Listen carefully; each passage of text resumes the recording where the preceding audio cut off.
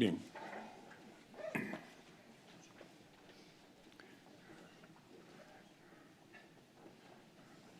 Bueno, vamos a empezar entonces. Vamos a empezar al revés.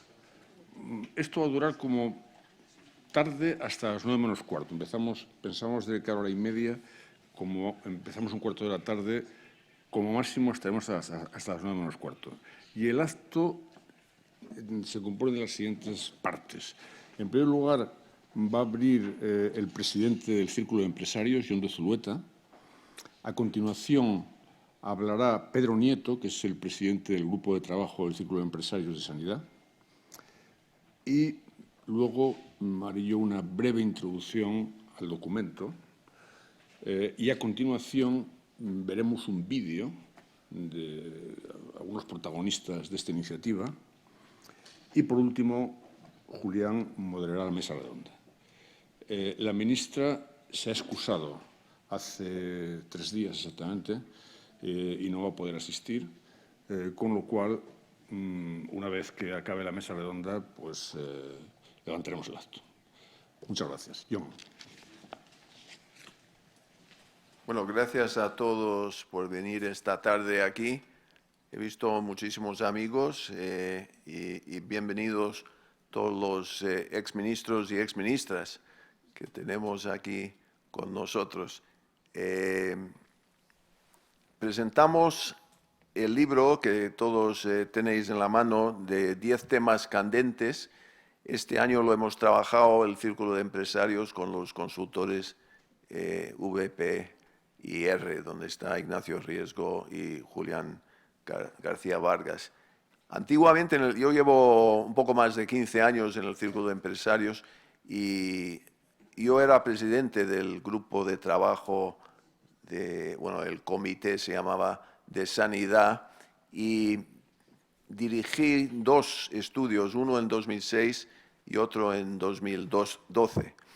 Y esta es la primera vez que hacemos un combinado entre el Círculo y este grupo de consultoría, y yo creo que ha salido un trabajo realmente magnífico.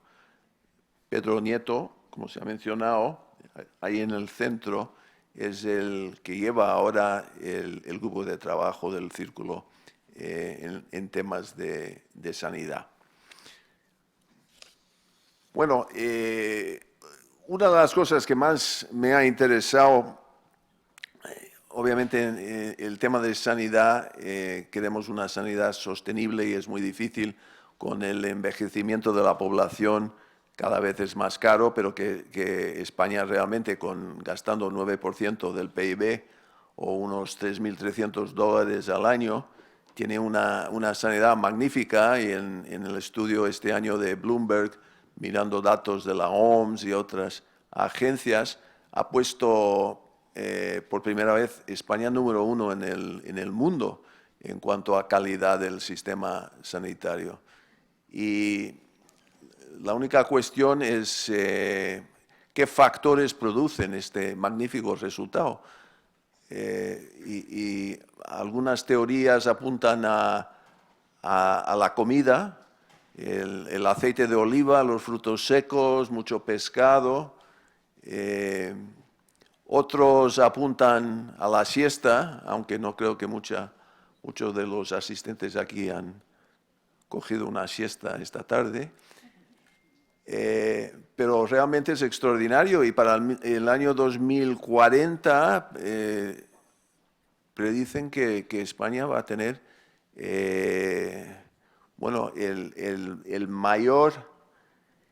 la mayor esperanza de vida de todo el mundo, o sea, 86 años, vamos a superar Japón, o sea que es otra gran noticia. Entonces, aunque somos muy críticos en el Círculo, siempre digo, si no estamos criticando, no estamos haciendo nuestro trabajo, pero realmente en sanidad estamos, España, realmente en un nivel muy alto, pero hay mucho por hacer.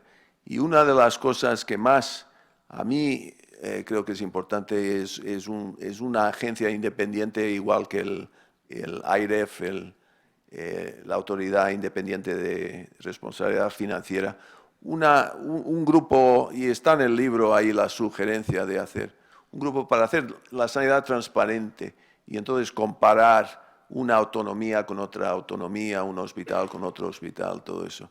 Eso yo creo que añadiría mucho a la calidad, porque una vez que pones la gente en competencia siempre mejoran las cosas. Y luego, claro, estamos en un mundo de transformación digital tremenda y con inteligencia artificial, big data, telemedicina, medicina personalizada de precisión. Hablando con unos hace pocos minutos, dijimos el famoso estudio de Abril Martorell del año 91, ¿no? Y qué poco ha cambiado desde entonces, pero realmente aquel estudio todavía está vigente, pero tienes que añadir una capa encima que es toda esa transformación digital que no estaba pensado en el año 91. Y entonces el gran desafío, como siempre, es cómo va a trabajar el sector público, por un lado, con el sector privado y los dos unidos, porque 6% más o menos del PIB es público, 3% es privado, los dos juntos es el 9% y sabemos que para mejorar la calidad es importantísimo que trabajen juntos en distintos proyectos. Y yo me acuerdo mis años yo pasé 20 años en este sector y me acuerdo en USP Hospitales que trabajamos listas de espera de cataratas y de operaciones de cadera y todo para aliviar las listas de espera de sanidad pública, y oí ayer que hay una tremenda lista de espera de mamografías en Madrid y ahora acaban de firmar el convenio con hospitales privados para aliviar la lista. Pero eso quizás sea siempre el dato más importante pensando desde la óptica del círculo de empresarios. Aparte de la ayuda que hemos tenido en el círculo con el trabajo de Ignacio y sus consultores, también hay 6 patrocinadores, todas empresas de primera fila, 2 norteamericanas de biotecnología, o sea, Amgen y Celgene, 2 de equipamientos médicos, una norteamericana Medtronic, otra alemana Siemens Healthcare, y luego una empresa farmacéutica suiza enorme, Novartis, que es el resultado de la fusión de Ciba-Geigy y Sandoz. Y por último, uno del sector que conozco muy bien, del sector de seguros sanitarios, Asisa. Pero en fin, el Círculo ha querido sumarse a esta iniciativa para mantener vivo ese debate sobre la necesaria reforma, todo lo que podemos mejorar, para mantenernos en esta posición número 1 del mundo. Yo creo que hay que esforzarnos cada día más y más. Pero gracias por su asistencia y paso la palabra a nuestro panel. Ignacio. Pedro Nieto. Supongo que está por ahí, ¿no? Buenas tardes a todas las personas que habéis podido asistir a esta reunión de presentación de este documento. De hecho, siguiendo la presentación de John de Zulueta, que yo creo que es sabia presentación, realmente la vocación del Círculo es, en el caso de sanidad, es trabajar para dar ideas sobre una sanidad sostenible pero también innovadora. Y sobre todo, basándonos en 2 puntos, un punto que ha tocado John, que es el Bloomberg Healthiest Country Index de este año, del año 19, que salió en febrero, nos pone en primer lugar, después de haber estado en el año 17 en sexto lugar de la sanidad. Está claro que ahí se tratan temas de variables de coste, etcétera, y puede ser discutible como todos los índices, pero estar el primero siempre es bueno. Y entonces, pero es curioso, estamos los primeros en ese índice, estamos en el Instituto de Evaluación y Métricas de Salud de la OMS, de la Organización Mundial de la Salud, para el 2040 nos dan casi como seguro ser el país más longevo del mundo, adelantando a Japón. Ahora mismo estamos en segundo lugar con Suiza. Entonces, empiezan a pensar en el paradigma español. ¿Por qué? ¿Por qué en España, John decía la comida y tal, ellos hablan del gazpacho, de la paella y tal? Pero después hablan, cuando profundizas, hablan de la atención primaria, por ejemplo. Cómo cuidamos a la gente mayor, cómo se cuidan a los niños, la asistencia muy repetida, muy encima que hay en este país. Entonces, hacemos cosas muy bien. Entonces, si hacemos cosas muy bien, ¿por qué no lo estudiamos en profundidad y también como círculo de empresarios para decir, bueno, saquemos conclusiones válidas para intentar innovar en salud y para ser un referente? España tiene un gasto del 9% del PIB en salud. Sin embargo, el peso específico en el PIB, sumando todos los factores de salud, es casi un 15%, lo que significa que estamos por delante del turismo. Somos referente mundial en turismo, pero yo pregunto, ¿somos referente mundial en salud? Y en salud, claro, como círculo de empresarios, deberíamos de promover la generación de riqueza a través de algo que hacemos muy bien, que es la salud. ¿Generación de riqueza dónde? Es transformar lo que es el concepto de gasto en el concepto de generación de riqueza para el futuro. Tenemos que conseguir campeones nacionales que exporten, no bienes, que es muy difícil, normalmente servicios. Campeones nacionales que se pueden generar, pero hay que dar ideas, hay que contribuir. Después hay muchas áreas dentro de la sanidad que son muy innovadoras, inteligencia artificial, medical devices, un montón de aspectos, diagnóstica, tema de I+D pura. Y dices, hombre, si lo hacemos ya muy bien, ¿por qué no también somos exportadores? Pero por otro lado, somos referentes en turismo, porque también no somos referentes en turismo sanitario. Podemos ser un referente muy importante para traer gente que, además de sol y playa, pueden mejorar su salud, ¿no? Es decir, es un país con muchísimas posibilidades y el cambio entre gasto y generación de riqueza yo creo que tiene que ser promovido por el círculo de empresarios. Fundamentalmente es eso. Por supuesto, hay otro tema fundamental, que es la colaboración público-privada. Pero no como un objetivo, sino como una necesidad. Con una necesidad por muchos aspectos que en el libro de nuestros redactores, Julián García Vargas y Ignacio Riesgo, están muy bien reflejados. Pero ahí tendríamos que también seguir profundizando. La sanidad privada ha venido para quedarse, no, siempre ha estado, genera muchos puestos de trabajo, realmente la sanidad genera 270.000 puestos de trabajo directos, cientos de miles indirectos y además de alta calidad. Y por otro lado es uno de los sectores que más integra el talento femenino en este país. Del orden de 2/3 partes de las personas que trabajan en sanidad son mujeres. Y no por el peso de la enfermería, sino mujeres ejecutivas. En este momento España tiene 12 compañías con presidentes que son mujeres, cosa que deberíamos de estar muy orgullosos, porque creo, yo no lo he estudiado país por país, pero creo que no hay ningún país en Europa que tenga estos índices.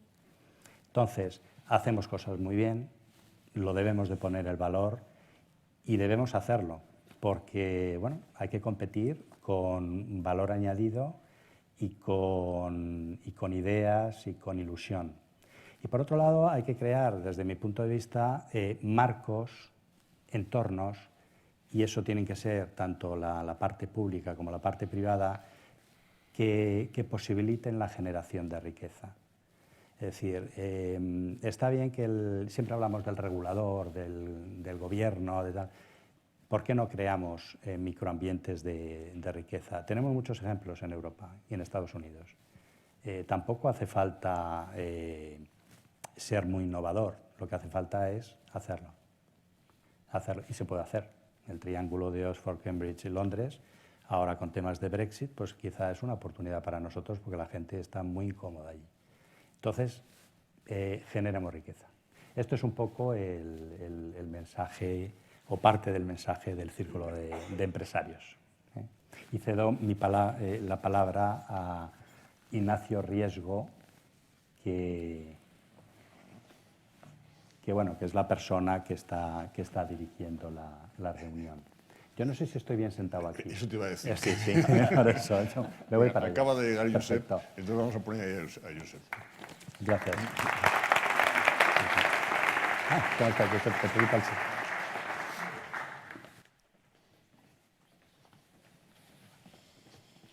Bien. ¿Qué tal, Josep? Buenas tardes. Voy a presentar el documento 10 temas candentes de la sanidad española en 2019 y, aparte de agradecer la presencia de todos, quería resaltar especialmente la presencia de Ana Pastor, que durante las primeras ediciones, porque esta es la 6ª edición ya en la que hacemos este documento, las primeras ediciones ella colaboró muy activamente. Después tuvo que ir al Ministerio de Fomento y lo tuvo que dejar, pero ahora está recordando los viejos tiempos. Bien, la idea del documento es poner el foco en algunos temas. No es un documento sistemático. No, es que no habláis del copago, ni de... No, es que hay muchas cosas de las que no se habla, porque lo que se trata es de poner el foco en lo que llamamos temas candentes. Entendido por temas candentes, bueno, pues aquellos que están de actualidad en el momento por alguna circunstancia o que creemos que hay alguna oportunidad para su mejora o que sencillamente, bueno, pues tenemos interés en resaltar, ¿no? Esto es un poco el concepto de temas candentes, ¿no? Temas muy variados y podría haber algún hilo conductor sobre los distintos temas. Bien, es cierto que España sale muy bien en los rankings, pero también es cierto que tenemos un sistema muy reacio a la introducción de reformas y que en cierta manera está viviendo de rentas. Las grandes reformas en el sistema sanitario, la reforma de atención primaria, la reforma hospitalaria, la creación de los MIR, se hicieron hace 30 o 40 años. Y en este momento, bueno, el sistema, por una serie de razones que no vamos a hablar, aunque se comentan en el documento, es muy reacio, es muy difícil introducir reformas y eso hace que estemos probablemente perdiendo valor relativo en relación con otros países, me refiero a Finlandia, me refiero a Holanda, me refiero al Reino Unido, que sí están introduciendo reformas. Bien, por supuesto, todo documento es un conjunto de propuestas para el debate. Aquí nadie tiene la razón absoluta en nada y por lo tanto, lo que pretendemos es poner encima de la mesa una serie de elementos para el debate, ¿no? Quería decir que este documento, como ha comentado yo, vamos a ver si me aclaro, sí, no se hubiera podido hacer si no es por la ayuda generosa de una serie de empresas que yo no he mencionado. Voy a utilizar, dado que estamos en periodo electoral, voy a utilizar, como no tengo tiempo, lógicamente, de desarrollar todo el documento, voy a hablar en eslogans. Quiero pensar que el documento explica algo mejor el eslogan, al contrario que en la política, que a veces el eslogan sustituye al razonamiento. Esto es el titular del razonamiento que pretende ser mejor desarrollado en el documento. Y por otra parte voy a aprovechar el sistema de lanzamiento de cohetes que empiezan siempre por el número 10 y yo voy a ir del 10 al 1. Y al final no tendremos un lanzamiento de cohetes, pero algo parecido, que luego veremos. Bien, el primer tema, cómo superar las barreras a los proyectos de cambio. Esto realmente surgió porque en el grupo de debate, en la reunión que celebramos el 15 de febrero del año 19, algunos de los asistentes que habían participado en anteriores ediciones del documento dijeron, bueno, pero es que siempre estamos diciendo cosas y no nos hacen caso. Pero bueno, ¿qué pasa? ¿Que por decir cosas razonables es que te tienen que hacer caso? ¿Es que el simple hecho de presentar un informe activa las reformas? No necesariamente. Hay una serie de obstáculos impresionantes a las reformas y nosotros en este primer apartado analizamos las barreras sociales, las barreras ideológicas, corporativas y sindicales a cualquier intento de reforma en el sistema sanitario. Y voy a comentar solamente las barreras ideológicas. Esto de hacer sinónimo gestión pública con gestión administrativa, al margen de la posibilidad de fundaciones, empresas públicas, consorcios, etc., y hacer simultáneo también servicio público con gestión pública, como si el servicio público no pudiera ser dado por otras entidades. Bien, este es el tema 1. El tema 2 tiene que ver con los nuevos entrantes en sanidad. Sanidad es un sector en crecimiento. Posiblemente no haya un sector en crecimiento más rápido que el sanitario. Se dice que en 6 años, a nivel global, el gasto sanitario se va a duplicar en el mundo. Y, por supuesto, como decía el viejo Porter, en todo sector en crecimiento aparecen nuevos entrantes. Y, bien, hacemos un análisis de la tipología de los nuevos entrantes, pero queremos insistir sobre todo en el tema de las grandes plataformas. Las grandes plataformas como nuevos entrantes de sanidad, todas ellas tienen distinta, pero todas ellas tienen una estrategia de presencia en el mundo sanitario. No sabemos hasta qué punto, como ha ocurrido en otros sectores, como el transporte o los hoteles, estos nuevos entrantes van a ser disruptivos en el modelo de negocio de la sanidad o no. Y otro problema que se plantea, los nuevos entrantes en general, para ganar credibilidad en el sector, requieren alianzas con jugadores tradicionales, para ganar credibilidad entre los reguladores y entre los propios pacientes, ¿no? Bien, ahí se plantea todo el tema de cómo se pueden establecer alianza con estos grandes grupos, en qué condiciones, con quién, etc. Teniendo en cuenta que cuando hablamos de grandes plataformas, hablamos fundamentalmente de Estados Unidos y China. Bien, el tercer tema es la atención primaria. Si hay algún tema candente este año, es la atención primaria. Ha habido conflictos graves en prácticamente todas las comunidades autónomas.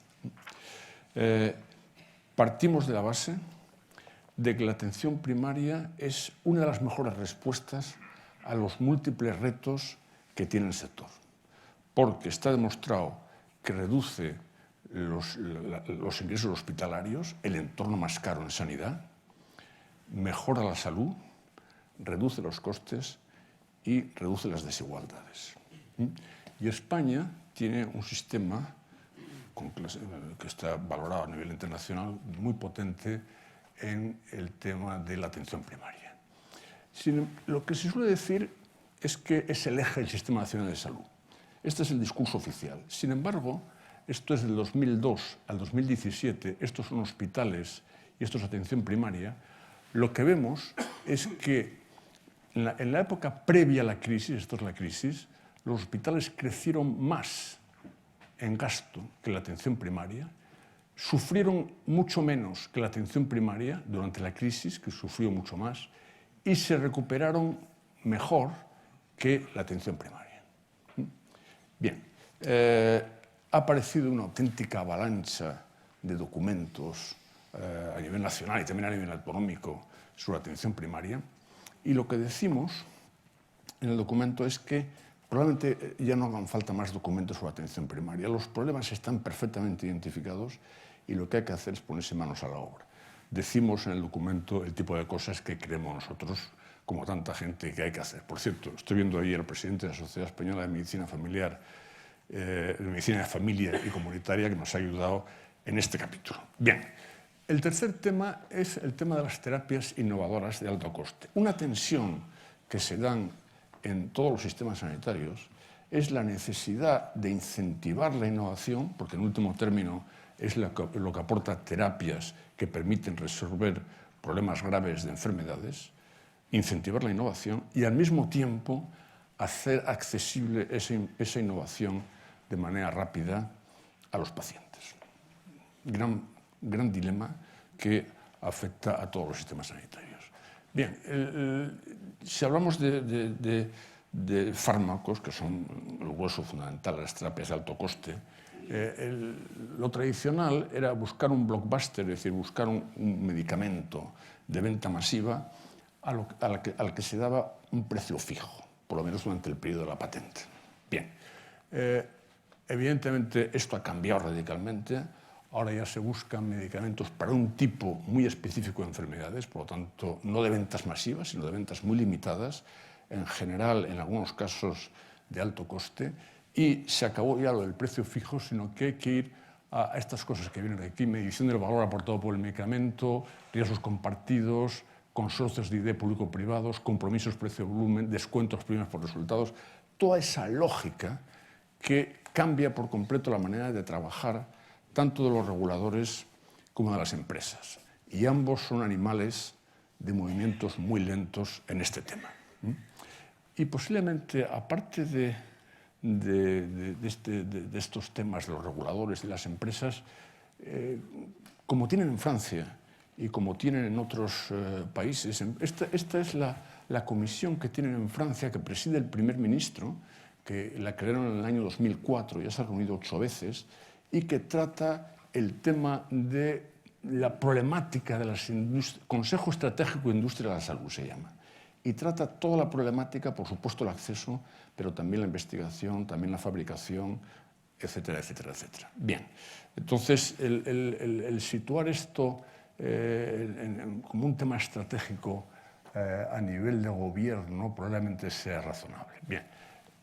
Otra pregunta, otro tema candente, porque ha aparecido este año cantidad de noticias sobre si faltan o no médicos en España. Bueno, posiblemente el único problema que no tengamos, es el número de médicos. El número de médicos estamos por encima de la media por 1.000 habitantes de la OCDE, de médicos por 1.000 habitantes en la media de la OCDE. Pero, aparte de eso, todo lo demás son problemas, en el sentido de que existen disparidades por localizaciones y por especialidades, existe éxodo médico, existe bajos salarios de los médicos, existe discrepancias entre el número de egresados en las facultades de medicina y el número de plazas MIR, existe posiblemente un alto número de facultades de medicina. Es decir, hay muchos problemas, existe precariedad laboral en muchos médicos, sobre todo en la atención primaria, y posiblemente lo que planteamos, como hacen otros países, es tener una planificación a 15 años o 20 años, no es nada fácil, con estándares indicativos de necesidades por especialidades.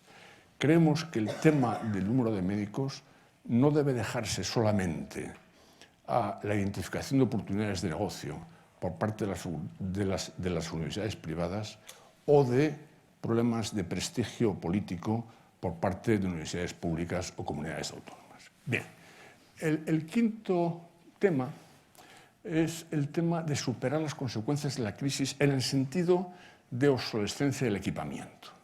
Porque la crisis, en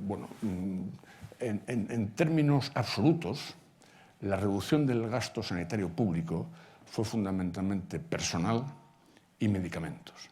Pero en términos relativos, lo que más sufrió fueron las inversiones, que prácticamente desaparecieron.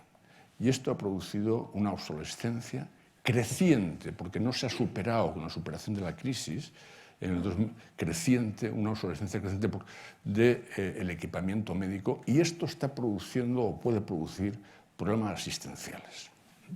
Bien, lo que planteamos en este tema es medidas a corto plazo, una especie de plan Renove para el equipamiento médico, en la línea que lo plantea FENIN también, y medidas a medio y largo plazo en el sentido de establecer criterios generales de renovación del equipamiento, que es algo que no teníamos y que otros países también tienen. Si viene una nueva crisis, tenemos que contar con esta herramienta de criterios de renovación del equipamiento. Bien, el tema 4 es reformas desde el gobierno o desde el sector. Bien, se ha creado la idea de que como las reformas de arriba abajo impulsadas por el gobierno son tan difíciles, bueno, pues lo que interesa es reformas de abajo arriba.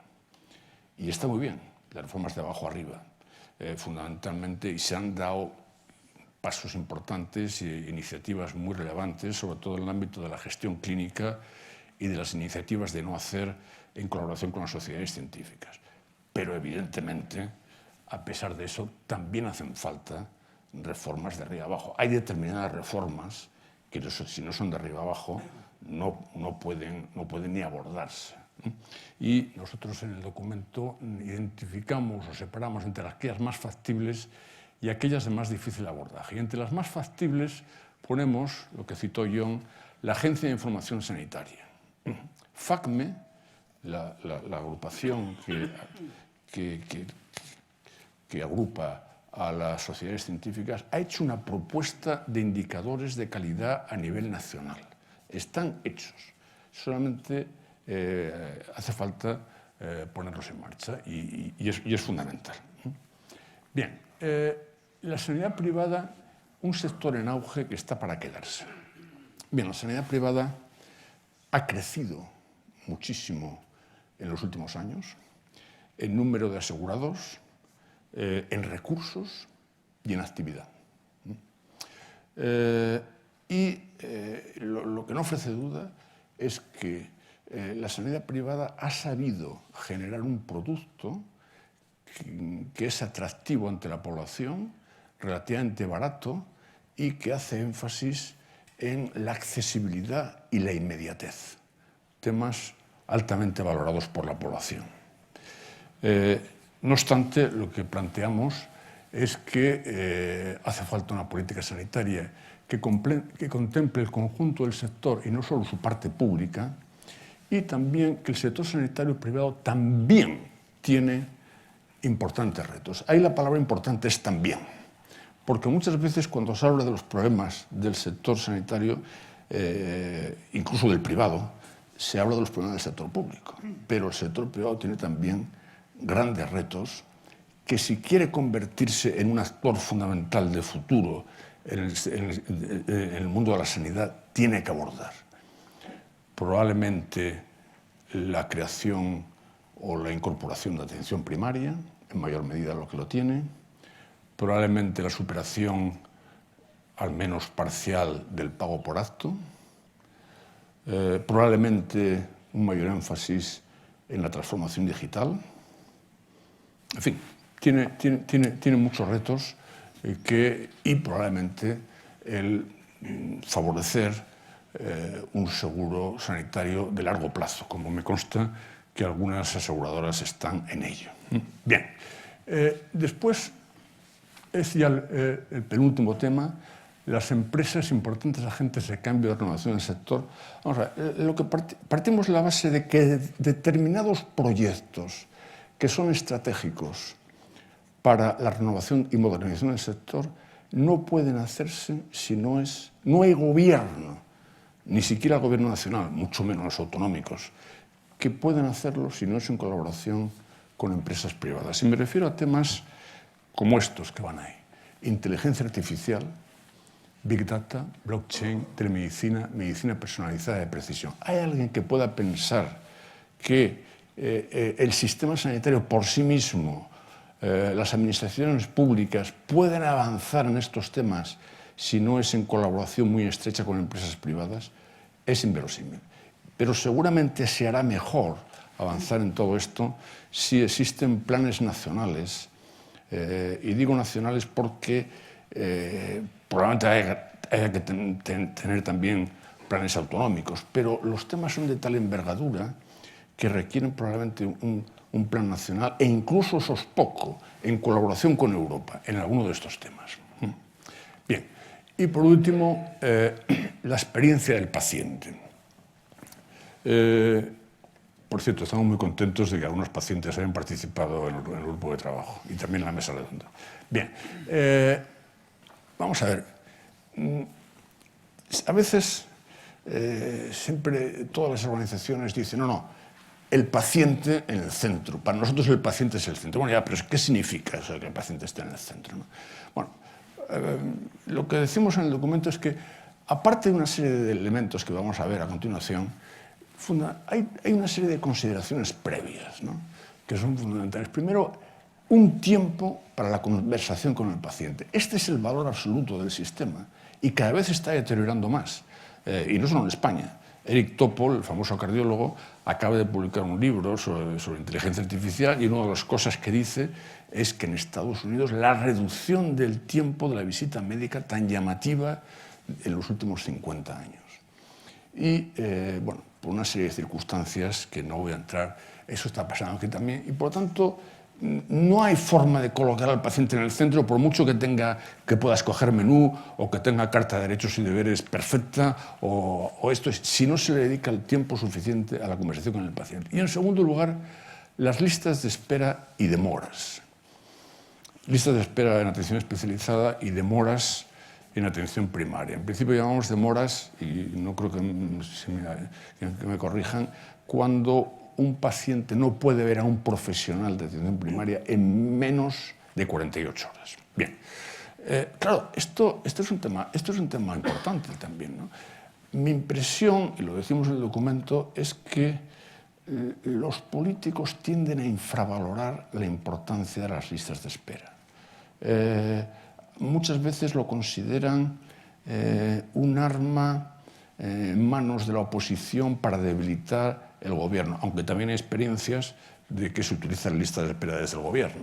Bien, estos temas son básicos. Y a la altura del siglo XXI, bueno, pues 5 enfoques actualizados, consideraciones organizativas generales, sobre todo en el sentido de acceso a través de un portal de salud. Por cierto, en esto mucho el artículo de Jordi Varela, que está ahí sentado. Énfasis en la experiencia del paciente, toma de decisiones clínicas compartidas, la preocupación por lo que realmente aporta valor al paciente en el sentido de la experiencia ICOM y la implicación de los pacientes en el diseño de ciertos procesos relevantes. Y estos son los temas candentes. Lógicamente están más desarrollados en el documento, pero a nivel de eslogan y de titular es lo que he tratado de hacer. Bien, y ahora vamos a pasar, he dicho que el 0 vamos a tener casi un lanzamiento espacial y lo que vamos a hacer es ver un vídeo muy breve con entrevistas a algunos protagonistas de la iniciativa. Gracias.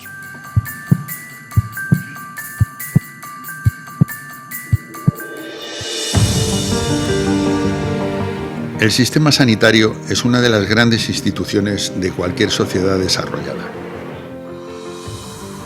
En España tenemos un sistema sanitario que ha sido clasificado reiteradamente como uno de los mejores del mundo en todos los rankings internacionales. Esto no quiere decir que no esté necesitado de reformas y modernización. La iniciativa de publicar los temas candentes de la sanidad pretende poner el foco en determinados asuntos que por alguna circunstancia específica interese resaltar cada año.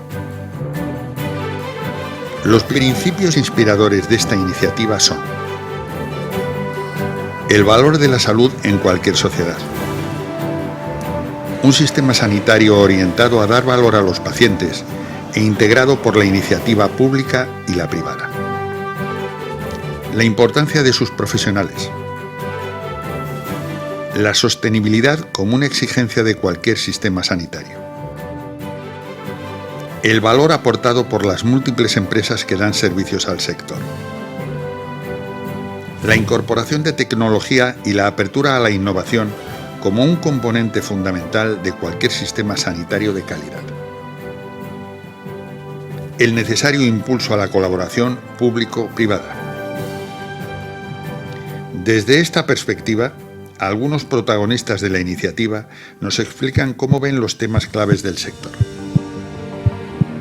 Tenemos un sistema sanitario envidiable y tenemos que hacer que sea sostenible. Es un sistema muy generoso, un sistema de muy alta calidad. Es un sistema universal, que es algo muy importante. Tenemos además excelentes profesionales y en muchos casos se obtienen muy buenos resultados. Creo que un reto muy importante es garantizar la calidad del servicio asistencial actual. Vivimos más, nuestra vida se alarga y ello conlleva también pues, que el aumento de las enfermedades crónicas. Que obliga a cambiar la organización de los sistemas asistenciales. Abrazando un largo plazo en el que se garantice la sostenibilidad del sistema. Esto significa que el aumento del gasto sanitario es muy importante y la sostenibilidad es realmente uno de los retos que realmente tenemos en el sistema sanitario español. Traer innovación que resuelva los problemas con los que se enfrenta el sistema. Evidentemente, sobre todo los problemas de salud, cubrir las necesidades médicas que tiene el sistema, pero además, en la medida de lo posible, hacerlo a precios que el sistema pueda permitirse. La innovación tecnológica produce algunas consecuencias importantes que influyen en la formación de los profesionales, en la organización de los centros y servicios y en los presupuestos financieros del sistema. Asegurar el acceso de forma homogénea en todas las regiones y hospitales y asegurar que este acceso sea realmente de verdad universal. Conseguir que todos los pacientes puedan acceder a las terapias necesarias y más innovadoras con los mejores resultados y hacer que todo esto sea sostenible. Otro de los grandes retos del sistema es asignar al paciente el papel fundamental que tiene que tener como voz activa, participante de ese proceso de creación del futuro del sistema. Y también recoger datos evolutivos de su enfermedad y la aportación de las nuevas terapias es crítico. Las terapias de alto coste que existen y que van a venir y lo que ello implica para la sostenibilidad del sistema. Inversión en áreas nuevas que pueden ayudar a la mejora del sistema y también a superar estos retos que tenemos, como es el tema de la inversión en digitalización y en informatización. Mientras el sector público no consiga introducir cambios en la manera de gestionar los recursos humanos, sobre todo los recursos especializados, será difícil que pueda responder a los retos que tenemos hoy en día. El compromiso de los médicos y del personal sanitario con el sistema. Esta es una condición absolutamente necesaria para que el sistema despliegue todas sus bondades de la manera más eficaz posible.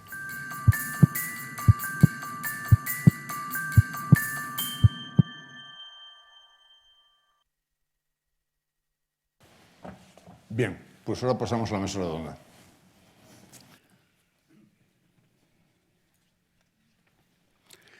Bueno, la mesa redonda no existe.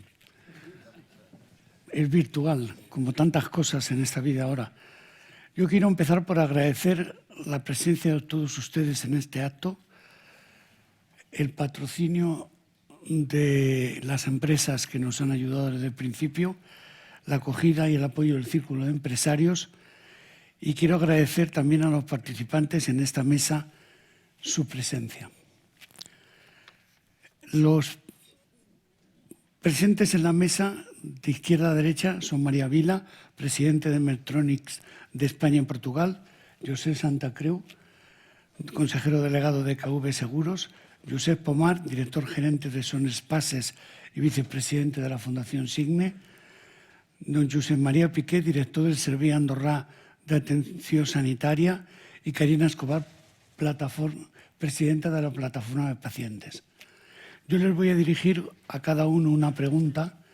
Les ruego que la contesten rápidamente en 3 minutos, porque no tenemos demasiado tiempo, tenemos 45 minutos, luego como máximo 3 preguntas, y voy a comenzar por María Vila.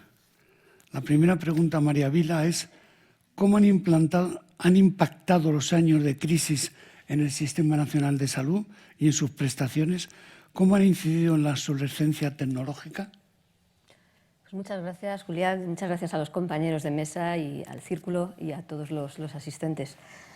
La crisis, pues en España yo creo que todos sabemos que hemos pasado una crisis muy profunda, muy larga, del 2008 al 2014, Y esta crisis, lógicamente, lo que motivó es una disminución importante, unas medidas de contención y disminución del gasto público. Y el Sistema Nacional de Salud, pues lógicamente, se vio impactado también por medidas de reducciones muy importantes. Esta reducción de gastos, además, es que afectó a todas las partidas presupuestarias del Sistema Nacional de Salud. Afectó a los gastos de personal, afectó al capítulo de gastos corrientes, donde se incluyen fármacos, también muchas tecnologías, muchas cosas, y afectó, como nos ha dicho Ignacio, de manera muy significativa al capítulo de inversiones, que prácticamente desaparecieron. Esto al final lo que nos llevó es a que hubo un sacrificio muy importante que fue transversal, que afectó a todos los actores del sistema, a todo el sistema sanitario, afectó a profesionales, hospitales públicos, privados, industria, y Metroni, pues lógicamente también nos afectó. Al final todos pasamos por un dolor importante en el sistema sanitario, pero hay algo que sí que hay que decir: a pesar de este dolor y del sacrificio, el sistema consiguió pasar la crisis preservando de una manera bastante razonable dos componentes que son pilares básicos del estado de bienestar y que definen a nuestro sistema de salud, que es la calidad, mantuvo una calidad razonable y buena, y la universalidad. Ahora, también la crisis dejó unas heridas profundas que estamos pagando todavía, que yo resumiría en dos: una obsolescencia, como hemos hablado, muy importante, obsolescencia del parque tecnológico, que a día de hoy sigue siendo tremenda, y también un retraso en el acceso a la innovación. Nos cuesta más llegar a que la innovación se puedan beneficiar todos los pacientes de la innovación existente. Desde Metroni lo que pensamos es que la industria necesita ayudar a revertir estas tendencias, porque esas tendencias toca revertirlas ya. No podemos seguir con obsolescencia y con retardo a la innovación. La industria debe colaborar posicionándose y siendo visto como un socio estratégico que ayude a la solución y no a ser solo el problema. Y creo que sería un error por parte de la administración pública si intenta atajar estos problemas sin la ayuda, sin incorporar a la industria en ser parte de la solución, en definir la solución. Muchas gracias, María. A continuación, a Josep Santacreu una pregunta con relación a su sector. El número de pólizas del seguro privado, colectivas y personales ha crecido mucho en los años de crisis. ¿Se podrá mantener ese crecimiento durante muchos ejercicios más, teniendo en cuenta que gracias a ese crecimiento el sector público ha podido sobrevivir durante estos años haciendo más con menos? Muy bien, buenas tardes. Gracias también por la invitación y por haber tenido la oportunidad de formar parte de este grupo de debate y de reflexión, y que hemos al final alumbrado un documento que creo que es muy interesante. Cuando se habla del periodo de crisis, Ignacio ha dicho que es verdad que en las últimas décadas el comportamiento del sector del seguro de salud, la sanidad privada, es un caso de éxito. Y yo suelo decir que la prueba del algodón, la prueba de fuego de que el sector es sólido y ha venido para quedarse y está muy valorado por la sociedad española, es que a pesar de la profunda y larga crisis que hemos vivido, pues hemos crecido en número de clientes y hemos crecido en facturación. Los que estamos en el sector de seguros sabemos que esto no ha ocurrido en otros segmentos de la actividad de seguros. La mayoría de ramos han decrecido en clientes, han decrecido en facturación, algunos ramos de manera importante, varios años seguidos. Y el sector de salud, de hecho, aquí estamos varios compañeros del sector, nos veían con envidia las compañías de multirramo o de otros que se dedican a otras actividades. Y yo lo que decía y lo que he dicho es, yo creo que esta es la prueba de fuego que de verdad la población española valora nuestra oferta. Yo creo que la gente tiene una plena conciencia de que recibe mucho por lo que paga, y por eso, a pesar de la crisis, no ha habido una caída de carteras. Hemos crecido, pero sí que es verdad que hemos crecido de manera desigual. Hemos crecido de una manera desigual porque hemos crecido más en las pólizas colectivas, menos en las pólizas individuales. Ha habido algún año incluso que ha habido decrecimiento neto muy ligero de número de clientes. Y esto me da pie, además que estamos en un periodo electoral, para comentar algo que ha salido en los debates y que es, por parte de nuestro sector tenemos la obligación de comentarlo, y es que, como tú decías, ¿no?, el sector privado está aportando un aligeramiento al esfuerzo económico, al presupuesto público que se tiene que destinar a la sanidad. Casi este 20% de población española que tiene algún tipo de seguro de salud, pues está aligerando, esto en los estudios del IDES lo tenemos muy cuantificado, pues una aportación muy importante. Y si esta aportación es tan importante, creemos que sería lógico que hubiera un cierto apoyo fiscal, como lo tienen las pólizas colectivas, que por eso se han comportado mejor durante la crisis. Eso era mi segunda pregunta, ¿eh?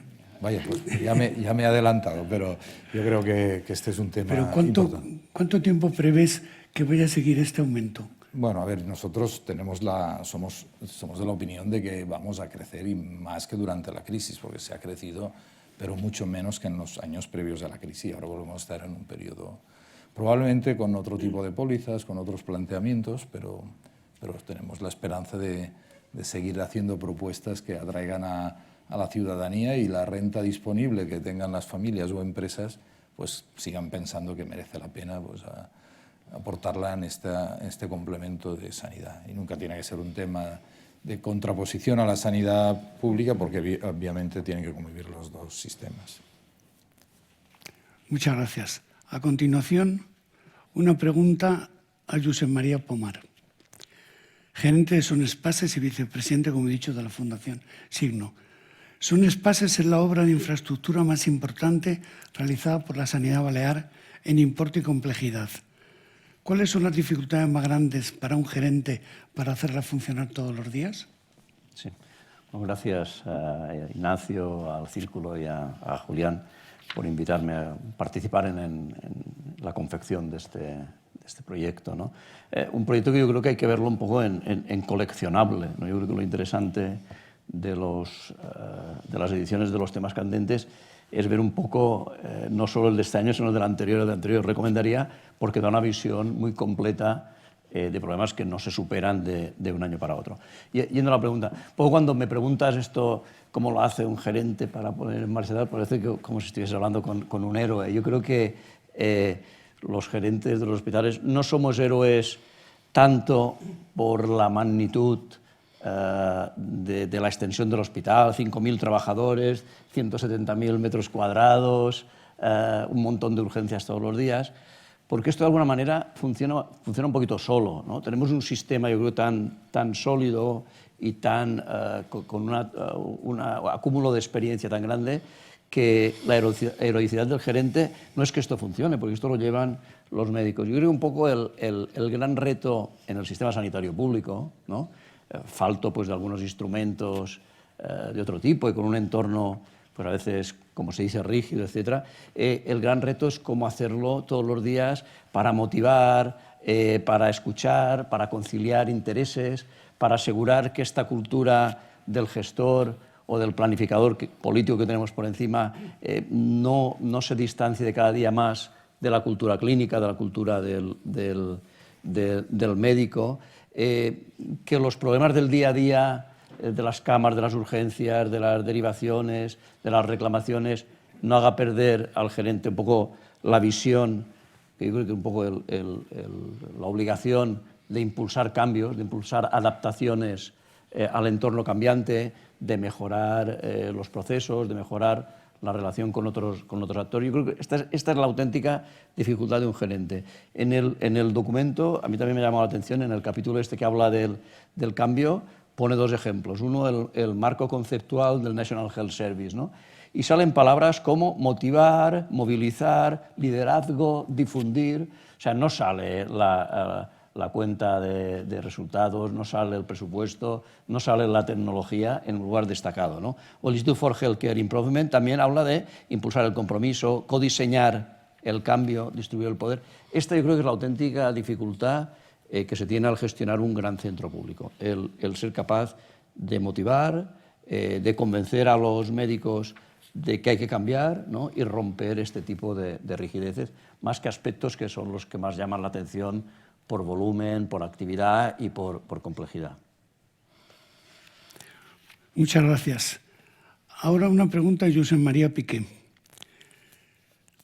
Como director de Atención Sanitaria del Servei Andorra de Salud, la pregunta es obligada.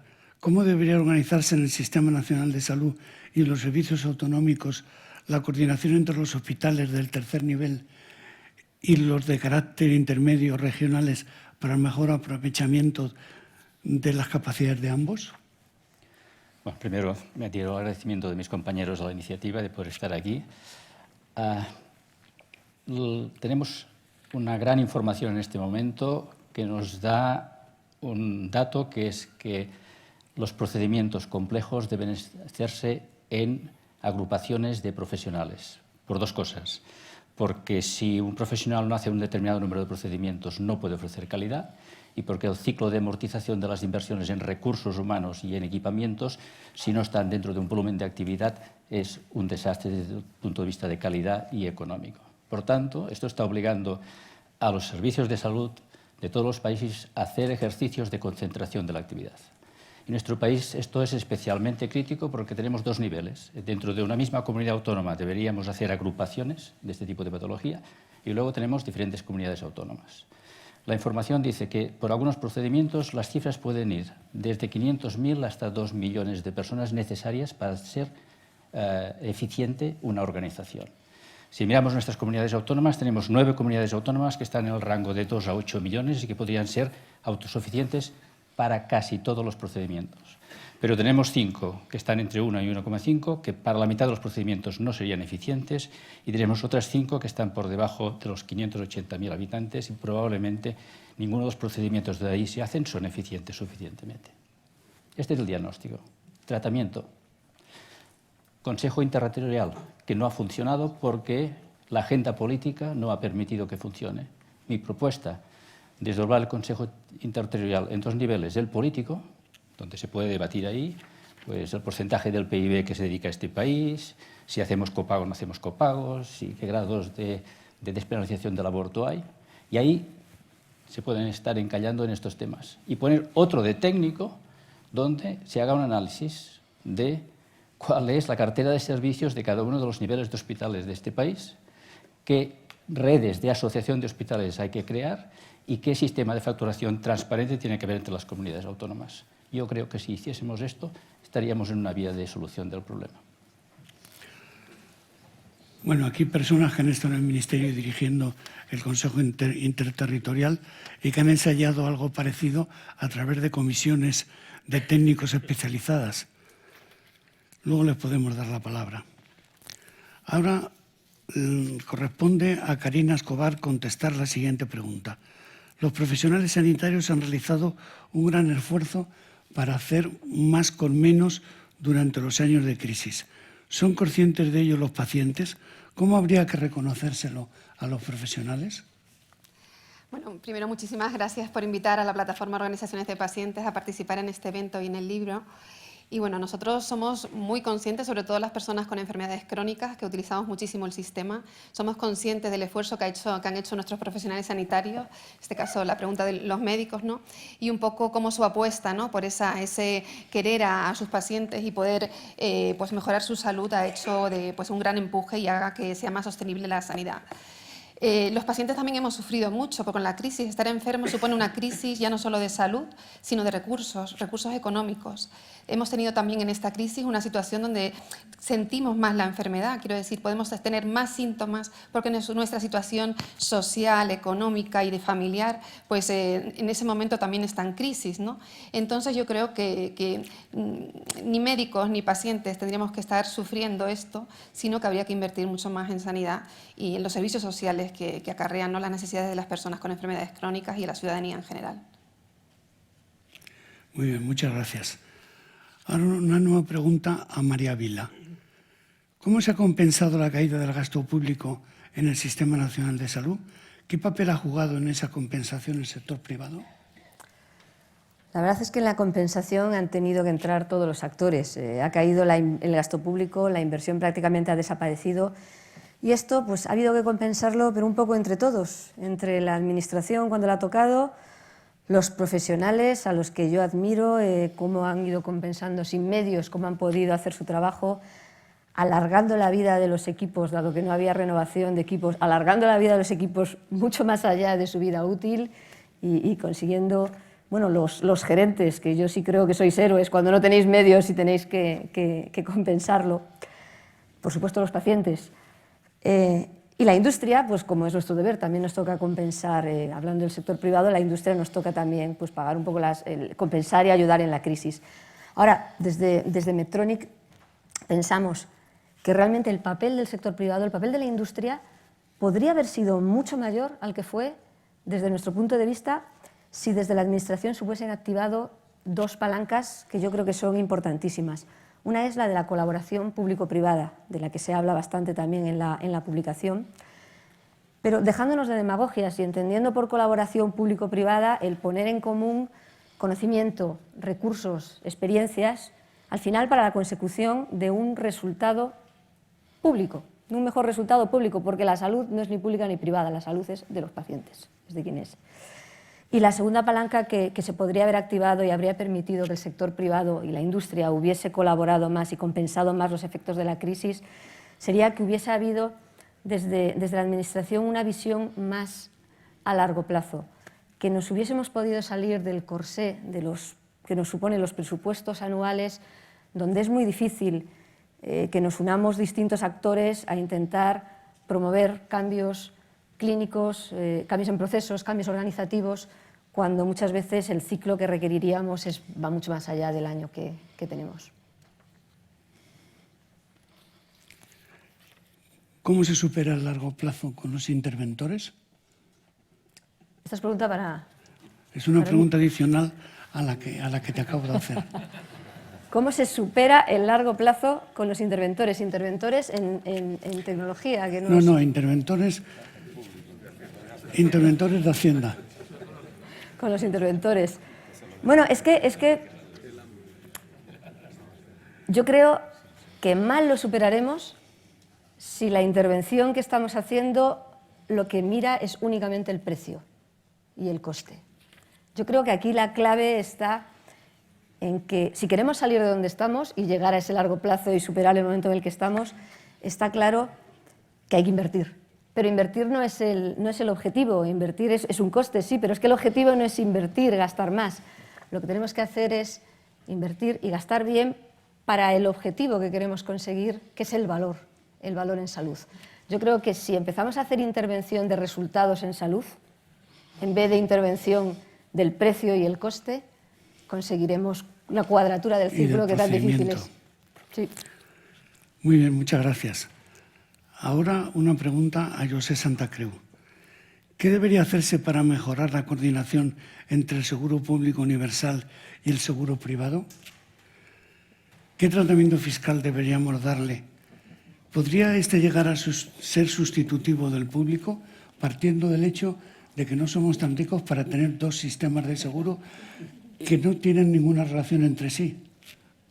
Bueno, la verdad es que quizá lo primero que deberíamos hacer es hablar más y reconocernos mutuamente, ¿no? Yo esta mañana he tenido la oportunidad de estar en un acto donde estaba la concejal de Sanidad de una ciudad importante del país y bueno, hemos tenido la oportunidad de hablar un momento y pues y ella nos decía es que nunca hemos hablado. Nosotros tenemos decenas de miles de clientes en esa ciudad y son clientes, algunos de ellos son mutualistas, que es su única cobertura, pero además tenemos una corresponsabilidad en la salud de los ciudadanos, sean desde la mirada pública o desde la mirada privada, ¿no? Y yo creo que primero deberíamos hablar más y tenernos en cuenta y en muchos aspectos creo que los dos sectores deberíamos estar trabajando conjuntamente, en temas de prevención, en temas de promoción de la salud, en temas que ahora nos están preocupando mucho. Creo que ha salido en la intervención de Ignacio el tema de las nuevas tecnologías, cómo va a impactar,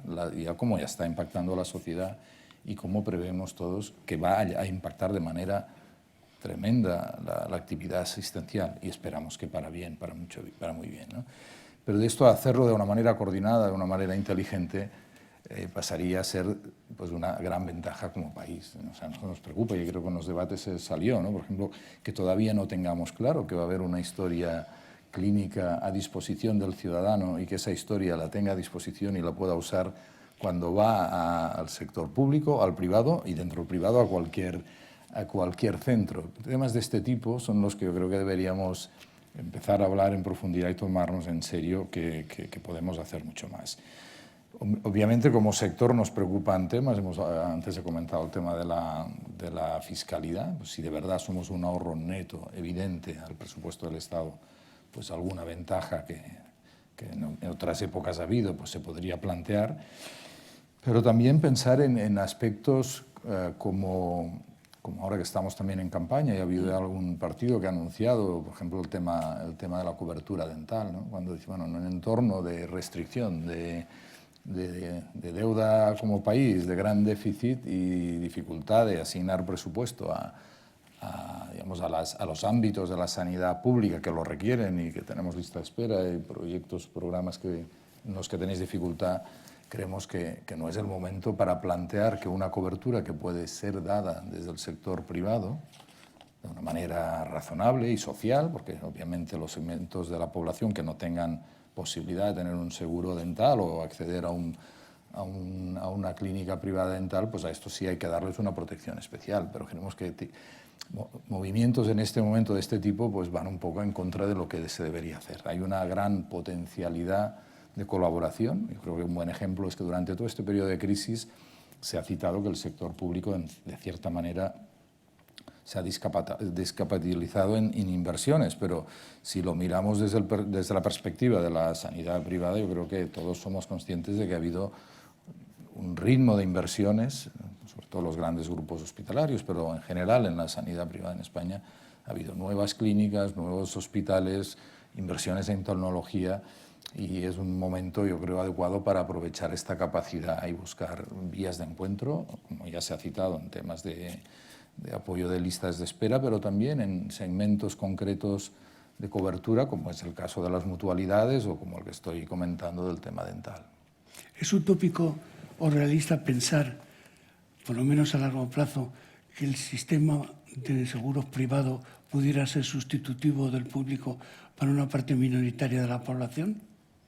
Bueno, yo creo que para una parte de la población, este es un hecho que en el estado, digamos, en la Europa del estado del bienestar ya se da en varios países, que para segmentos definidos. En nuestro país se da en parte para los mutualistas, y yo creo que esa es una opción, explorar, ampliar por este camino. Y otra opción es dar la cobertura a través de la gestión privada de coberturas definidas, ¿no? Yo creo que Ignacio ha introducido en su presentación un concepto muy importante, es decir, garanticemos un servicio público, pero no tiene por qué estar gestionado públicamente. Añadir la capacidad de la gestión privada, pues creo que hay muchos ejemplos de buen funcionamiento y ese sería un poco el camino. Muchas gracias. A Josep María Pomar, ¿cuáles son las medidas más urgentes para el incremento de la autonomía de los gerentes en el Sistema Nacional de Salud? Y me gustaría que la contestara también Josep María Piqué. Bueno, nos complementamos, ¿no?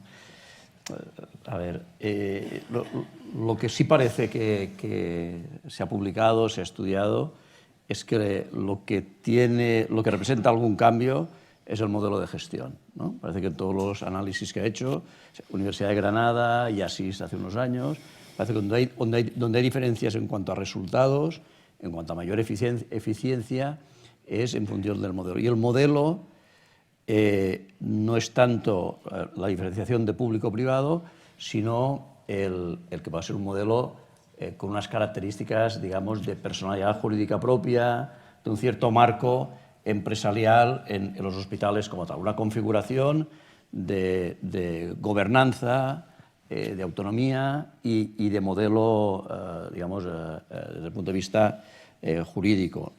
Este tipo de hospital tiene más buenos resultados, ¿no? Da un poco de miedo cuando uno reclama o cuando los gerentes, ¿no? El sindicato de gerentes, que queremos tener más autonomía, es fácil que se confunda, ¿no? Es que queréis hacer lo que os da la gana, es que vosotros lo que queréis es no depender de nadie, ¿no? Yo creo que por eso me da un poco de reticencia hablar de autonomía de gestión, porque parece que es una reivindicación de tipo, digamos, individualista, ¿no? Yo creo que hay que promover, hay que prestigiar un poco la autonomía de gestión en este otro sentido. Yo creo que la autonomía de gestión consiste precisamente en marcar unas reglas del juego muy claras, de marco, unas reglas muy claras de objetivos, un tipo de presupuestación a los hospitales que, por desgracia, y más después de la crisis, hemos ido para atrás después de la crisis. La presupuestación de los hospitales sigue siendo una presupuestación histórica. Lo del año pasado, más un poquito o menos un poquito. No tenemos, para tener autonomía de gestión hay que generar tradición de presupuesto de ingresos y presupuesto de gastos. En el sistema público el presupuesto es de gasto. Tienes esto para gastar, pero no hay conciencia o no hay explicitación de que el presupuesto de ingresos es en base a una actividad, a una complejidad, ¿no?, a unos servicios que hay que prestar. Yo creo que lo que hay que construir es un marco donde esto tenga credibilidad.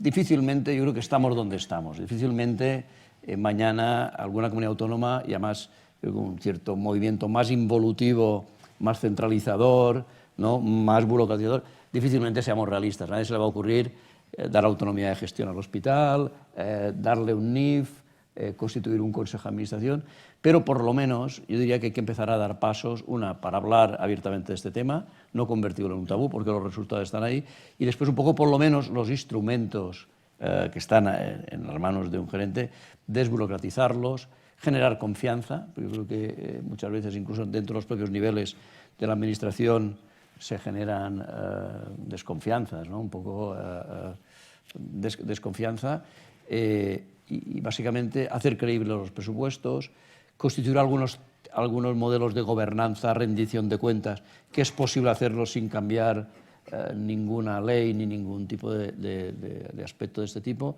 Yo creo que ir avanzando no tanto hacia lo que es estructuralmente o jurídicamente un modelo de autonomía de gestión, que sería deseable, sino por lo menos unas reglas del juego más creíbles, ¿no? Josep María, por favor. Bueno, suscribo absolutamente lo que dice Josep. Los sistemas de salud están en permanente transformación. Por tanto, las organizaciones tienen que estar en permanente transformación. Las transformaciones tienen ciclos de cualquier organización. Y delante de un círculo de transformación tiene que haber un liderazgo mantenido durante el tiempo, porque si no, esto no va a dar un buen resultado. Esto es lo primero. Los ciclos de transformación tienen que estar entre los 5 y los 10 años. Y pongo los 5 y no los 4 para desvincularlo del periodo político, que son 4 años. Este es el primer punto. Los gerentes no deberían estar bajo un mandato político. 2. No hay ninguna organización que pueda funcionar si no está basada en la confianza. Y la confianza es dar autonomía a aquella persona que tú has escogido para hacer un proyecto. Eso no quiere decir que no haya que exigirle evaluación y rendimiento de resultados. Son dos cosas diferentes. El tercer punto es cuál es el marco de juego que este gerente tiene. Y en el sector público el marco de juego es restringido. Por tanto, innovar en un marco restringido es muy difícil. Por tanto, aquí la clave estaría en poder hacer una ley del sector público salud propia, que no tenga que obedecer al mandato de las leyes generales que aplican para los cuerpos de administración del Estado, para los inspectores de Hacienda, para la policía o para los bomberos. Porque estamos en un marco totalmente diferente y esta rigidez. Vuelvo a los interventores, que le preguntabas a María. Los interventores tienen que hacer cumplir la ley. No podemos exigirles la flexibilidad de que ellos sean los que se salten la ley.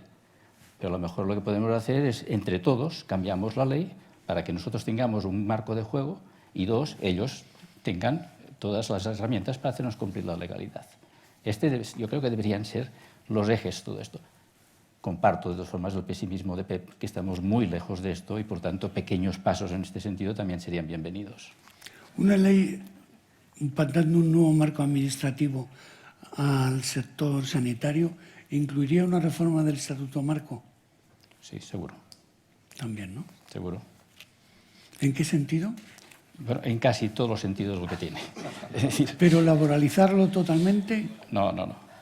Es decir, a ver, los trabajadores tenemos que darles... Los trabajadores de este sector son licenciados. Estoy hablando de médicos, enfermeras, técnicos.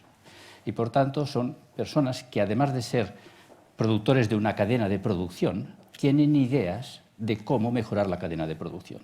Y por tanto no se puede tratar igual a un trabajador de estas características, a otro que solamente le dice, tú estás en esta parte de la cadena de producción y lo único objetivo que tienes, y me tienes que dar el resultado, que del paso de esta máquina a esta máquina, el tornillo salga bien pulido. Son dos aspectos totalmente diferentes. Entonces, sería un estatuto marco que laboralizara a lo personal de oficios, personal auxiliar, y dando un marco específico al personal titulado. Sí. No estrictamente laboral. No estrictamente laboral. ¿Con despido o no? Sí. Con despido, vale. Muy bien. Basado en resultados, no en arbitrariedades. Por supuesto, por supuesto. Muy bien. Ahora una pregunta a Karina Escobar. ¿Qué programas había que implementar para mejorar la participación de los pacientes en el diagnóstico y tratamiento de sus patologías? Bueno, yo creo que por un lado también está la participación activa de los pacientes en este proceso de cambio, ¿no? En cómo innovamos en procesos más dirigidos a crónicos, que son un poco los más caros, los que hay que sostener, y un poco demográficamente donde vamos a tener un mayor crecimiento. Creo que contar con la experiencia del paciente, esa experiencia que al final es conocimiento, y ese conocimiento lo podamos aplicar, se basa en buscar espacios de encuentro, ¿no? Espacios estables, donde no solo se nos pida qué pensamos de algo cómo medimos la calidad del servicio que nos han prestado, sino que podamos ir más allá. Si yo llevo desde pequeña utilizando el Sistema Nacional de Salud, pues en 30 años de enfermedad pues conozco los servicios, qué es mejor, qué es peor, dónde habría una mejora, en los diferentes niveles asistenciales, cómo podríamos mejorar esa continuidad asistencial tan importante para nosotros. Y bueno, toda esa parte, no utilizarnos, creo que es una pérdida de oportunidad bastante importante. De cara a preguntarle al paciente, y lo hemos visto en el estudio, lo ha comentado Ignacio, cuando hablamos de comunicación, ¿por qué conversamos con el paciente? Pues conversamos al final para que tenga mejor salud y sea más sostenible, sea más corresponsable. Quiero decir, si yo converso más, voy a prevenir que ese paciente, primero, que si es adherente, si no es adherente, si le ha pasado una crisis en su vida. Puedo hacer esa medicina también predictiva y preventiva de lo que le puede pasar humanamente a la persona, que vaya al final a repercutir en su salud. Con lo cual yo creo que hay que crear espacios, que hay que aprovechar todo el movimiento asociativo de pacientes que existe en España. Nosotros solo en nuestra plataforma tenemos 1.200 entidades trabajando en el territorio, que ya trabajan con lo sanitario y con lo social y con los pacientes. Y por otro lado, pues gestionar cambio, ¿no? Nosotros también somos palanca de cambio dentro de un hospital o dentro de la administración o de una comunidad autónoma. Palancas de cambio porque hace falta también gestionar el cambio en los profesionales y también en lo que serían las gerencias. Muy bien, muchas gracias. Para María Vila, por favor, ¿de qué manera podría orientarse más eficientemente la recuperación del gasto público en el Sistema Nacional de Salud? Bueno, lo primero es que tenemos que estar todos de acuerdo, yo creo que lo estamos, en que se tiene que recuperar el gasto público. El gasto público, yo creo que debemos aspirar a que esté como está el de otros países europeos o el de otros países de la OCDE con los que nos comparamos para otras cosas.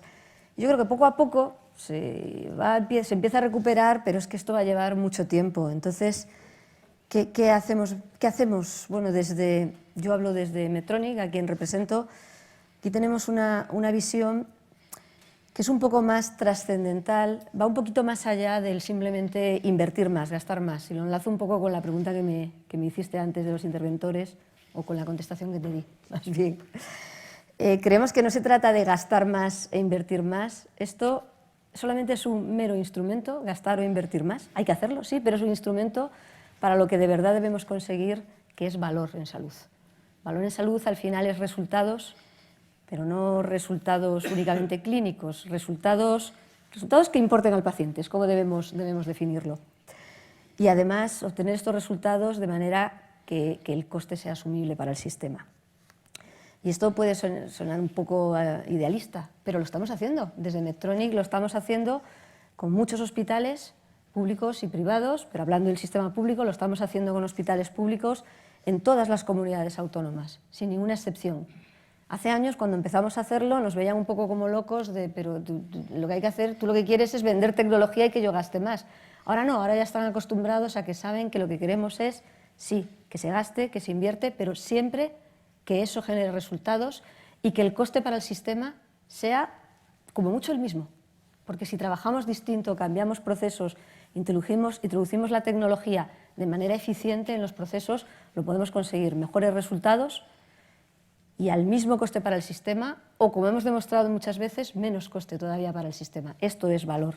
Y yo creo que la vía de recuperación viene por ahí, por hacerlo aportando valor.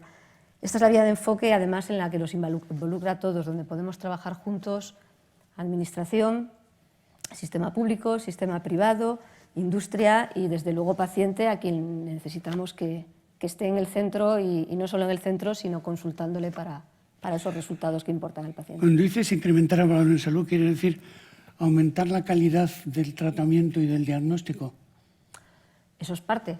Aumentar la calidad, desde luego, es parte, pero va mucho más allá. Yo creo que tenemos que trabajar, al final, ¿qué quiere un paciente? Desde luego quiere recibir el tratamiento, quiere curarse, quiere quedarse sin síntomas, quiere tener los menores efectos secundarios, pero también, a lo mejor, quiere primero ir a una consulta y que se le escuche bien, pero luego a lo mejor quiere poder, desde su casa, poder estar accediendo a un sistema de consulta que no tenga, de videoconsulta que no tenga que estar desplazándose, con lo que eso implica para él, para su familia.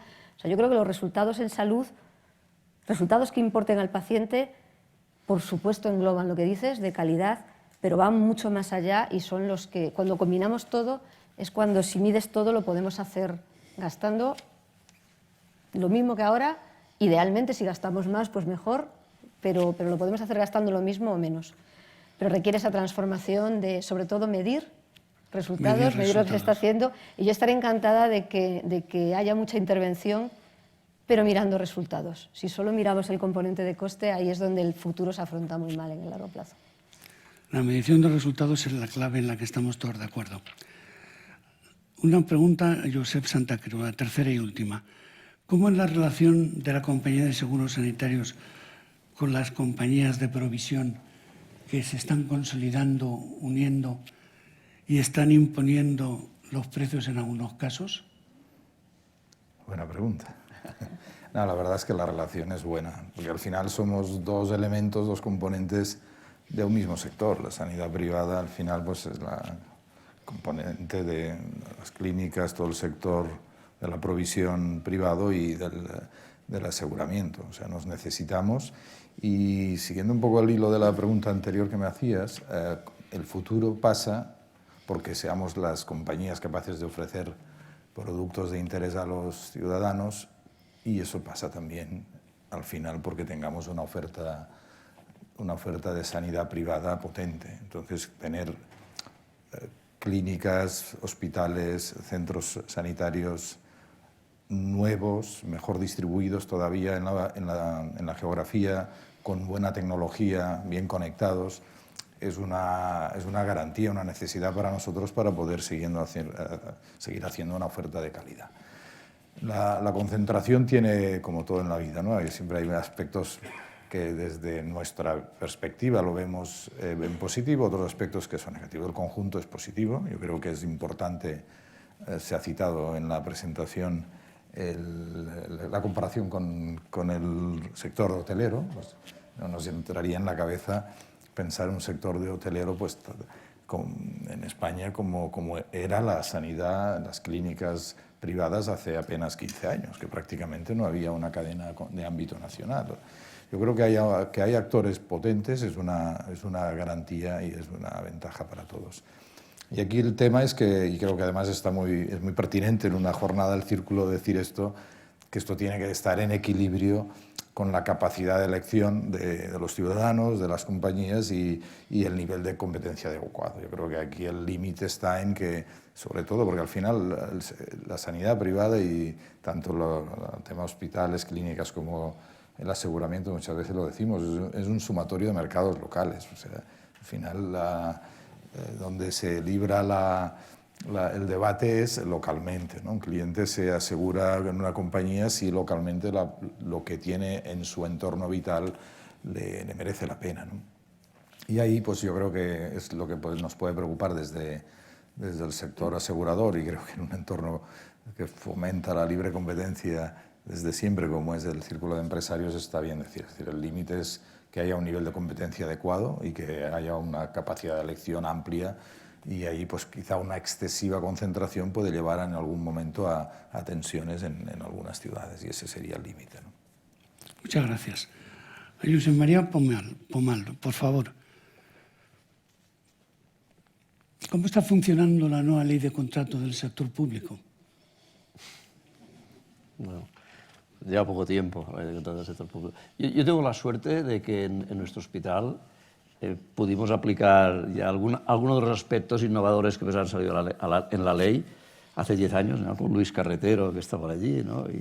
Y en el Hospital de Ibiza también, con Acciona, pudimos aplicar ya algún modelo de colaboración público-privado, tanto en la construcción del hospital como en el equipamiento, ¿no? Ya trabajamos con diálogo competitivo, con contratos a 7 años, etcétera, etcétera, ¿no? Por lo tanto, la ley, en la parte buena, yo creo que recoge algunos de estos aspectos, ¿no? No está pensada, obviamente, para el sector sanitario, está pensada para un marco muy global y no se adapta en un 100% a este aspecto. Por lo tanto, recoge un poco como las consultas preliminares al mercado, ¿no? Que te permite un poco romper las asimetrías de información, te permite también compras de tipo más estratégico, compra pública innovadora, acuerdos de compra pues, basados en resultados. Tiene algunos aspectos positivos. Yo creo que es muy enmarañada, o sea, la impresión que tengo es que complica muchísimo la elaboración de pliegos, traslada un poco el protagonismo, yo creo, un poco al elemento jurídico más que al elemento técnico, gestor, etcétera, etcétera. Al final, casi quien saca los concursos es el elemento jurídico, bueno, porque va poniendo pegas. También la experiencia de los últimos tiempos y en la ley es que también puede dar lugar a muchas más impugnaciones, a muchas más interpretaciones, con lo cual enlentece los procedimientos. Yo creo que la ley, los elementos positivos que tiene, leía un análisis que se hacía desde el ámbito jurídico, hay que tener la inteligencia para sumarlos, juntarlos, identificarlos y presentarlos en un pliego o en una oferta. Entonces, esto no es fácil, ¿no? En este sentido, tiene aspectos positivos, pero que requerirá mucho tiempo de adaptación. Yo creo que ahora mismo ha producido un parón importante, ¿no? Una avalancha de último minuto más un parón. Tiene pues aspectos que creo que también a un gerente le entorpecen, lo del pasar de los 18.000 euros del menor a los 15.000, no se entiende, ¿no? O sea, cuando los productos son más caros, el IPC va subiendo, resulta que hace 10 años podíamos comprar 18.000 euros directamente y ahora solo podemos comprar 15.000. No es tontería, lo que habría sido subirlo a 25.000, ¿no? Parece que nos van restringiendo la capacidad de maniobra un poco por esta especie de desconfianza que sigue persistiendo en todo lo que es público, ¿no? Cuidado, que no sé qué. También un poco estas interpretaciones que ya estaban, que nos están también sesgando muchísimo, con interpretaciones incluso muy restrictivas, ¿no? No se puede comprar en el mismo año, no se pueden hacer 2 contratos menores, ¿no? Otro dice, no, no es en el mismo año, sino que incluso es en el periodo de 12 meses, nos decían uno, jolines. O sea, lo he comprado en noviembre, pero hasta noviembre del año que viene no puedo volver a comprar un menor de este producto a un proveedor. Entonces yo creo que hay cuestiones muy positivas desde el punto de vista estratégico, global, que requerirá posiblemente experiencia de uso, y después algunas pues, que parecen que entorpecen un poquito la gestión. Muchas gracias. Josep María Piqué, ¿qué debería hacerse para mejorar la coordinación entre servicios públicos asistenciales y servicios privados, tanto en diagnóstico como en cirugía, urgencias o en listas de espera? Yo creo que aquí hay que diferenciar 3 niveles de colaboración público-privada porque tienen características diferentes, ¿no? Una es la de el buffer que hacen los servicios privados a las listas de espera públicas. Y esto va a existir siempre. Es decir, es una situación consustancial de los sistemas públicos tener listas de espera porque es lo que puede regular en un momento determinado el gasto del sistema. Evidentemente, cuanto más eficiente es el sistema público, menos terreno de juego habrá para lo privado. Yo aquí lo único que diría que es un sistema que es totalmente lícito y a lo mejor bueno, siempre y cuando lo sometamos todos a las mismas reglas de juego, que es, deberíamos también avanzar en lo público y someter lo mismo a lo privado, un pago por actividad en parte, pero con resultados. Y para poder pagar resultados estamos en la necesidad de hacer evaluación, siempre estamos en el mismo camino. Y por tanto habría que evaluar de la misma forma el sistema público y el privado, y con esta regla de juego yo creo que esto es transparente y totalmente aceptable. Esta es una. La otra, otro eslabón, es que las empresas del sector se le den concesiones de gestión. Eso es otra circunstancia. Y puede ser simplemente de gestión de infraestructuras o de gestión de toda la asistencia en un capitativo. Esto también es totalmente lícito, puede tener buenos resultados. De hecho, hay muchas experiencias en todo el mundo. Desgraciadamente, en nuestro país hemos vivido una experiencia que se inició y que se ha abortado sin ninguna evaluación del resultado. En efecto. Y esto yo creo que ha sido un hachazo a esta posibilidad de modelo. El tercer eslabón es la colaboración con la industria. Aquí tenemos dos grandes players, uno es MedTech, el otro es Pharma. Está entrando, como decimos en el documento, a pasos agigantados otro tipo de industrias complementarias aquí, en el bienestar, porque el bienestar y la salud en los pacientes crónicos va tejiendo un único producto, y a la inteligencia artificial. Y esto tenemos que empezar a introducir conceptos de que esto debería ser muy bien recibido, esta colaboración, porque si no, no habrá forma de progresar, pero nuevamente con unas reglas del juego muy bien determinadas respecto a esto y incorporando que todos vamos a un mismo objetivo, que es un resultado para el paciente, un valor para el paciente. Yo creo que esto, si no nos ponemos a transformar el sistema nos va a transformar a nosotros.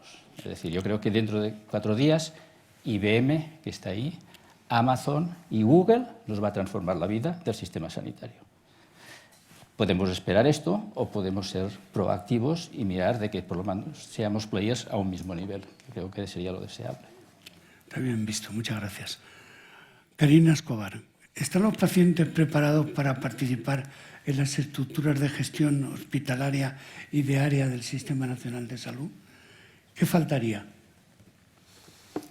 Pues yo creo, estoy convencida de que sí, pues falta generar espacios estables, ¿no? Donde el paciente tenga un rol importante, que esté con los gestores y los comités, pues tanto éticos o otro tipo de comités en cada hospital y también en la administración y en el ministerio y a nivel autonómico.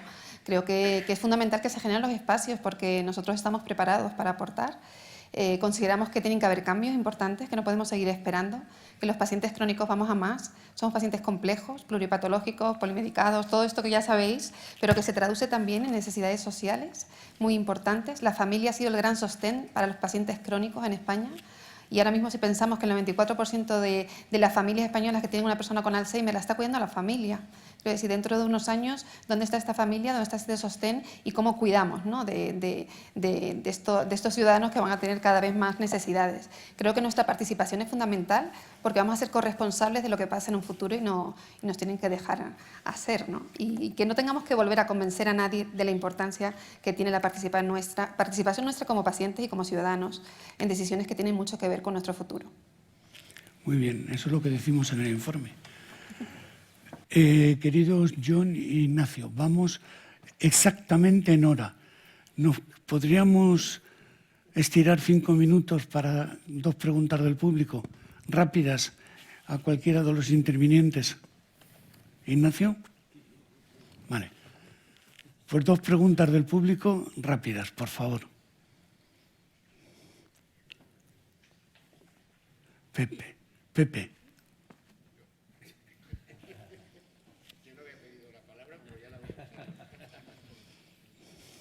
Por favor, a ese señor.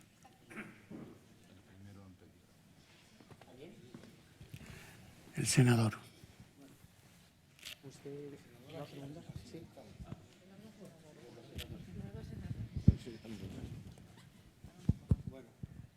¿Empiezo yo o...? Sí, empieza. ¿Sí? Me da igual, como nos han dado el micrófono a los dos. Bueno, me parece... Empieza tú. Me parece una iniciativa loable, una sesión súper interesante y quiero agradecer a las personas que estáis ahí en esa mesa virtual redonda, vuestras reflexiones bien argumentadas, ¿no? Un comentario para que opinéis.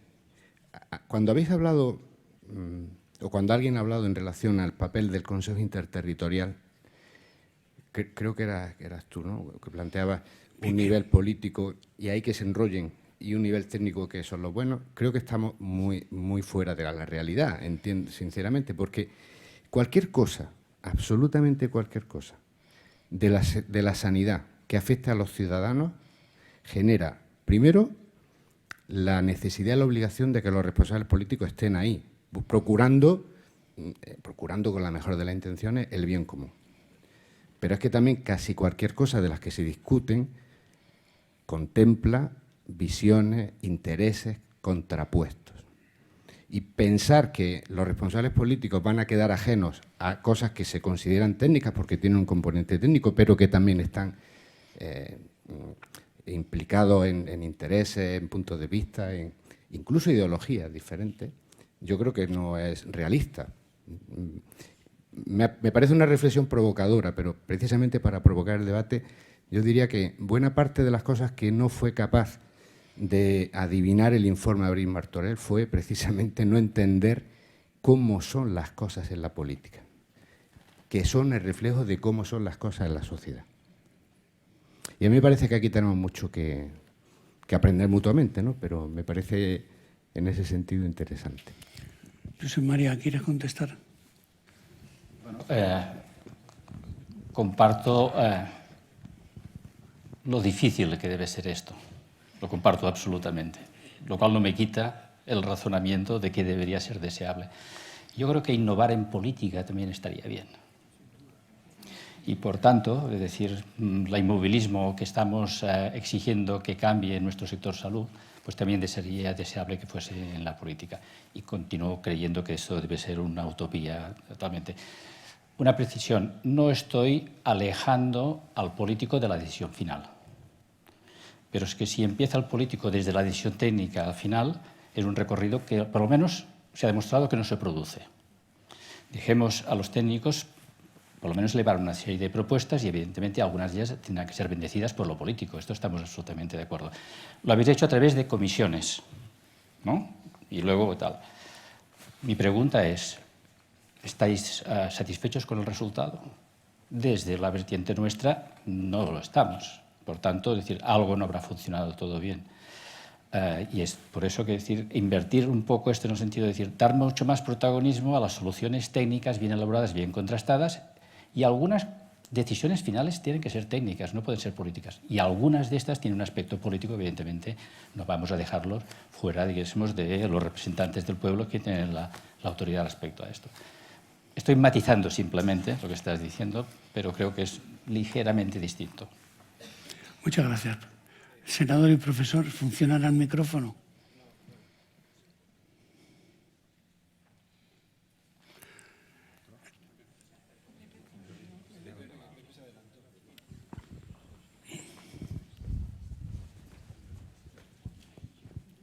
Sí, bueno, primero muchísimas gracias al Círculo de Empresarios. Algunos han creído que los círculos eran morados y los círculos son empresariales hace más de 20 años y son en positivo y no en negativo. Creo que es importante. Bueno, yo, me llama senador el ministro Vargas, soy un cirujano, catedrático de cirugía, que voluntariamente está en política, que no ha dejado de ser ciudadano y que entiende un poco de lo que estamos hablando. Lo felicito. Yo he venido a aprender, creo que puedo enseñar algunas cosas. Me llama la atención lo primero. Este es un gran país que tiene una gran sanidad. Mídalo quien lo mida. Pero no es sostenible. No puede haber de todo para todo el tiempo porque es demagógico. Me llama la atención dos cosas. Una, que no hayamos hablado de Europa. Somos un distrito único sanitario europeo y las grandes soluciones a los problemas españoles solo serán nacionales y europeos. No pueden ser individualmente de ningún otro tipo. En segundo lugar, no es sostenible. Es demagógico decir que es sostenible.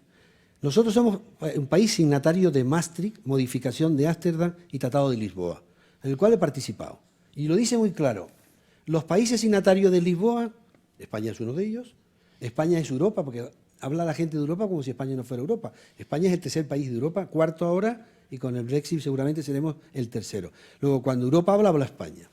No tiene otra salida. Dice, los países signatarios dicen que tendrán una sanidad pública con provisión de servicio libre, que lo haga quien mejor lo haga con un sistema de acreditación.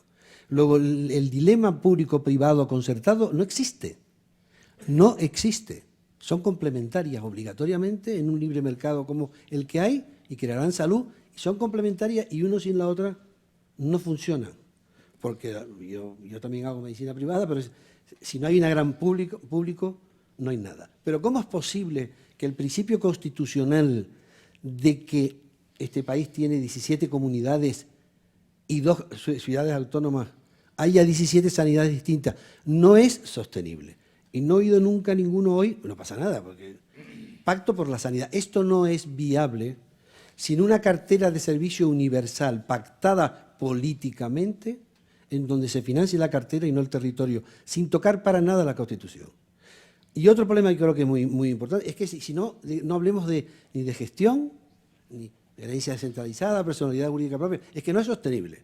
Y esto no es dramatismo, porque es una historia de éxito, España, una historia de éxito que está en nuestro tuétano. Somos los primeros del mundo en muchas cosas, porque lo hemos hecho bien. No vale la política. La política da legitimidad, pero no da la razón. Hay que utilizar la evidencia nada más. Yo no puedo operar lo que quiero, sino lo que evidentemente está demostrado. Ni de izquierda ni de derecha, sino bien. Y eso igual en lo que significa no hacer política con la sanidad, sino política sanitaria, que es un tema técnico. Si no entramos por ahí, crearemos una gran frustración. Podremos romper el sistema y además la medicina de la evidencia y personalizada pasa obligatoriamente por el cambio de paradigma, ya que evidentemente hay que hacerla, que es simplemente la genómica, que por cierto ya hay un plan estatal, nacional, que tenemos que entrar no como una moda, sino como una necesidad objetiva. Y creo que lo demás está también. Un país serio nunca jubila el talento. El 43% de los profesionales españoles se jubilarán en 4 años, siendo útiles. Eso no lo hace nadie, ningún país ni Europa en estos momentos. El derecho no tiene que ver nada con la obligación. Y después, pseudociencias, que es un tema clave, que gasta más dinero, hace más daño que la ciencia como tal y la correcta divulgación. Eso yo creo que es clave. Lo demás, yo le felicito a todos, no estoy haciendo una crítica, estoy diciendo que nos estamos yendo por unos sitios que no lo hace sostenible.